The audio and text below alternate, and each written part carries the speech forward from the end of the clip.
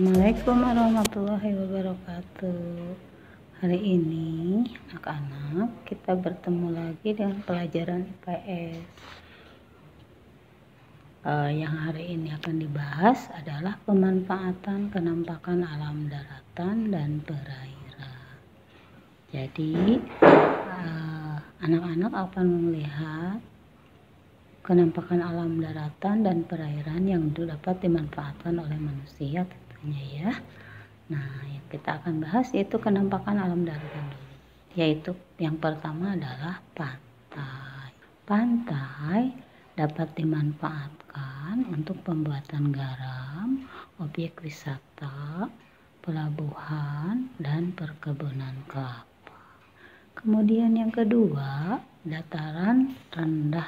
Ya, ini kurang ketikan, dataran rendah. Dataran rendah dimanfaatkan untuk pemukiman atau perumahan, lahan pertanian, perkantoran, peternakan, dan kawasan industri. Oh ya, anak-anak boleh melihat bukunya di halaman 202 dan di halaman 205 ya. Selanjutnya yang ketiga adalah dataran tinggi. Dataran tinggi, dimanfaatkan untuk pemukiman, peternakan, perkebunan teh, perkebunan kopi, dan perkebunan coklat. Selanjutnya tempat peristirahatan dan lain-lain tentunya ya. Selanjutnya yang keempat yaitu lembah. Lembah dimanfaatkan untuk pemukiman, pertanian, perkebunan, dan peternakan. Yang kelima adalah bukit. Bukit dimanfaatkan untuk tambang kapur, tambang pasir, objek wisata, dan perkebunan. Selanjutnya yang keenam, perbukitan. Perbukitan dimanfaatkan untuk tambang kapur, tambang pasir, tempat rekreasi, dan perkebunan.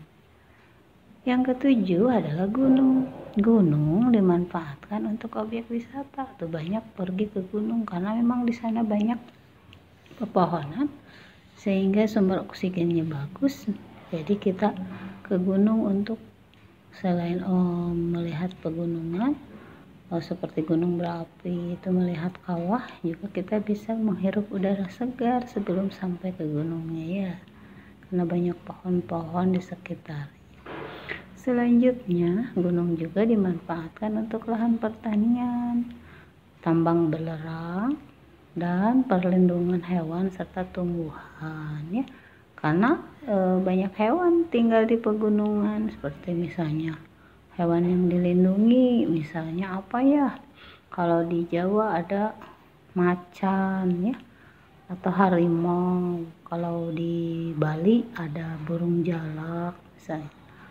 Kalau tumbuhannya misalnya kalau di Sumatera ada bunga Rafflesia arnoldi misalnya ya. Itu dilindungi. Kemudian selanjutnya pegunungan.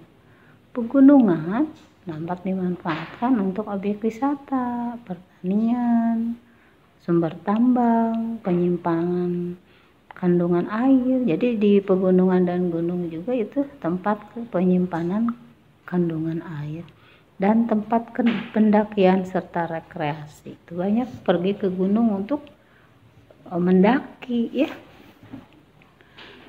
Kemudian yang ke-9 itu Tanjung. Tanjung dimanfaatkan menjadi objek wisata, pelabuhan, tempat pembuatan garam, tambak ikan, dan juga ada sebagian dipakai untuk tempat tinggal para nelayan ya. Selanjutnya yang ke-10 adalah delta. Nah, delta dimanfaatkan untuk mata air ya. Kemudian, tapi bukan untuk diminum tentunya ya, untuk misalnya keperluan sehari-hari, misalnya untuk mandi, mencuci, dan sebagainya. Kemudian sumber irigasi untuk mengairi sawah, kebun ya, yang di sekitar kebun yang tidak terlalu banyak memerlukan air, penyiraman kebun maksudnya ya. Selanjutnya pembangkit listrik, karena delta itu kan airnya dari sungai ya, kemudian nanti disimpan menjadi seperti daratan, padahal itu asalnya dari tanah yang terbawa oleh sungai. Kemudian budidaya ikan dan lokasi pariwisata. Selanjutnya adalah kenampakan alam perairan. Nah, yang pertama adalah sungai. Sungai dimanfaatkan untuk budidaya ikan air tawar ya. Jadi kalau seperti seperti di delta itu ya. Jadi di sungai juga dimanfaatkan budidaya ikan air tawar. Kemudian irigasi, karena hampir sama delta dengan sungai. Kemudian pembangkit tenaga listrik dan olahraga arung jeram ya. Kemudian yang kedua adalah danau. Danau banyak dimanfaatkan untuk budidaya ikan air tawar tuh ya. Seperti misalnya ikan mas, ikan apalagi, ikan gurame gitu ya, yang dari air tawar. Olahraga dayung dan kano ya. Kemudian sumber air juga dari danau, karena banyak dimanfaatkan oleh penduduk sekitarnya untuk keperluan sehari-hari. Yang ketiga adalah rawa. Rawa dimanfaatkan oleh kita sebagai budidaya ikan air tawar, karena rawa berbatasan dengan laut. Tentu saja budidayanya seperti ikan bandeng di rawa itu ya, bisa juga udang misalnya. Kemudian tempat wisata seperti yang di Rawa Pening itu ya. Nah, dan juga di rawa itu adalah untuk melindungi hutan bakau ya, karena pohon yang bisa tumbuh di rawa itu adalah bakau. Bakau itu pohon yang bisa seperti penangkal atau penghambat gelombang air laut supaya tidak masuk ke darat gitu ya. Jadi dengan adanya tumbuhnya hutan bakau, maka gelombang laut bisa dicegah atau istilahnya bisa dihindari dengan adanya hutan bakau. Dan juga selain menanam bakau atau pohon bakau menjadi hutan, juga bisa dengan cara-cara yang lain, misalnya dengan menambah atau membuat benteng-benteng yang tinggi penghambat gelombang air laut supaya tidak masuk ke darat. Selanjutnya juga dipakai untuk lahan pertanian tanaman air. Tadi tanaman airnya apa, kayak pohon bakau tadi ya. Tanaman yang bisa tumbuh di rawa ada pohon bakau. Kalau di Kalimantan dikenal dengan sebutan lahan gambut ya. Selanjutnya laut. Laut dimanfaatkan sebagai tempat hidup aneka ragam hayati, karena di laut tidak hanya ikan yang bisa hidup, tapi juga berbagai macam tumbuhan laut bisa hidup ya di sana, di dalam laut. Dan tentu saja berbagai jenis ikan dan aneka hayati lain yang hidup di laut seperti plankton, itu kan tidak masuk ikan ya, dan lain-lain. Selanjutnya budidaya hasil ikan laut, karena dari laut kita bisa menangkap ikan, misalnya ikan tenggiri, ikan salmon, ikan apa saja itu bisa dibudidayakan di sekitar laut itu. dan juga bisa ditangkap oleh para nelayan untuk dijual dan dimakan oleh kita. Kemudian laut juga menjadi objek wisata dan banyak para atlet selancar menggunakan gelombang laut untuk bermain selancar air ya. Yang kelima adalah selat. Nah, ini gambarnya selat Sunda yang memisahkan Pulau Jawa dengan Pulau Jawa ada di bawahnya, kemudian Pulau Sumatera di atas. Nah, selat dimanfaatkan oleh kita untuk jalur transportasi. Kemudian juga tempat perikanan ya. Cuma ikannya nggak besar-besar kalau di sekitar selat. Mungkin ikannya agak kecil daripada yang ada di laut ya. Kemudian pusat perekonomian di sini kan berbagai macam orang bepergian. Jadi ada pusat perekonomian di sini.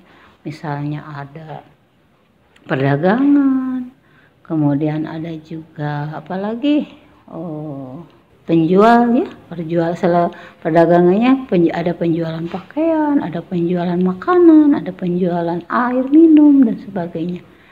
Dan juga di selat itu bisa menghubungkan satu pulau dengan pulau lain yang tidak ada misalnya di Sumatera tidak ada tanaman sayur-sayuran, maka diambil dari Pulau Jawa. Kemudian orang Pulau Jawa tidak atau kekurangan misalnya jeruk, karena yang terkenal dari Sumatera ada jeruk Medan misalnya. Maka dari Sumatera, dari Medan dikirim jeruk. Ini kan jadi pusat perekonomian melalui jalur transportasi. Selanjutnya objek wisata ya. Jadi kita bisa bermain di selat itu. Cuma menyeberang aja misalnya ya, melihat keindahan selat Sunda dan laut yang agak jauh di situ ada laut Jawa yang bisa dilihat ya. Selanjutnya yang keenam adalah teluk. Teluk dapat dimanfaatkan oleh manusia untuk pelabuhan ya.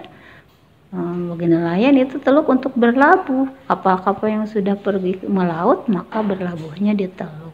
Kemudian juga objek wisata, karena di teluk itu ada teluk yang terkenal, misalnya di Jakarta ada teluk bukan di Jakarta, di di Sumatera Barat ada teluk Bayur misalnya dan sebagainya. Kemudian pemancingan ikan ya, budidaya ikan laut dan olahraga juga, olahraga selancar air. Yang ketujuh adalah samudra. Nah, yang terakhir ya, samudra bisa dimanfaatkan. Nih ada samudra yang pertama yang di bawah Pulau Jawa, ini di samping bawahnya itu ada Samudra Hindia. Kemudian, nah ini gambarnya Samudra Hindia. Seperti ini, gelombang lautnya begitu besar. Nah ini dimanfaatkan oleh manusia untuk apa? Menangkap ikan, pertambangan dasar laut. Karena dari dasar laut itu bisa ditambang ada misalnya minyak bumi ya dari dalam laut itu. Kemudian ada lagi selain minyak bumi jenis-jenisnya ya. Nah itu bisa ditambang di dasar laut. Banyak sekali dimanfaatkan oleh manusia. Kemudian laut juga merupakan jalur transportasi. Jadi kalau kita bepergian tidak mau pakai bis, kita bisa bepergian naik kapal laut. Udah dekat ini mah bisa menyeberang dengan kapal kecil. Ya kapal kecil itu kapal feri untuk menyeberang. Ya. Selanjutnya jalur perdagangan juga, karena laut bisa dipakai untuk mengangkut barang-barang yang banyak. Misalnya mengangkut minyak, mengangkut apalagi barang dagangan, misalnya mengangkut kayu, mengangkut buah-buahan, sayur-sayuran, sebagainya melalui kapal. Ya. Selanjutnya tempat rekreasi juga, kita bisa bepergian ke laut dengan kapal laut, kita bisa rekreasi. Misalnya kita bisa pergi ke Pantai Pangandaran, di sana kita naik kapal kecilnya ya, kapal untuk bermainnya, rekreasi ke tengah, agak ke tengah sedikit ya. Itu bisa melihat karang ya. Nanti ada karang yang dekat Pangandaran, itu Karang Bolong namanya. Kemudian juga di laut itu adalah tempat hidup jutaan spesies laut ya. Jadi tidak hanya ikan yang ada di laut, tapi juga ada makhluk-makhluk hidup laut lain, seperti misalnya ada ada rumput laut yang oleh petani laut, bukan petani, nelayan ya. Nelayan itu dimanfaatkan rumput lautnya dibawa, diambil, nanti bisa diolah jadi makanan, bisa juga diolah jadi agar yang kita makan itu sehari-hari. Nah, anak-anak, pelajaran IPS-nya sudah selesai. Mudah-mudahan anak-anak mengerti apa yang diterangkan oleh Bu Guru dan juga bisa paham dengan apa yang barusan diterangkan. Untuk tugasnya nanti Bu Guru share melalui WA bundanya. Makasih anak-anak, semoga kalian tetap sangat sehat dan semangat untuk belajar.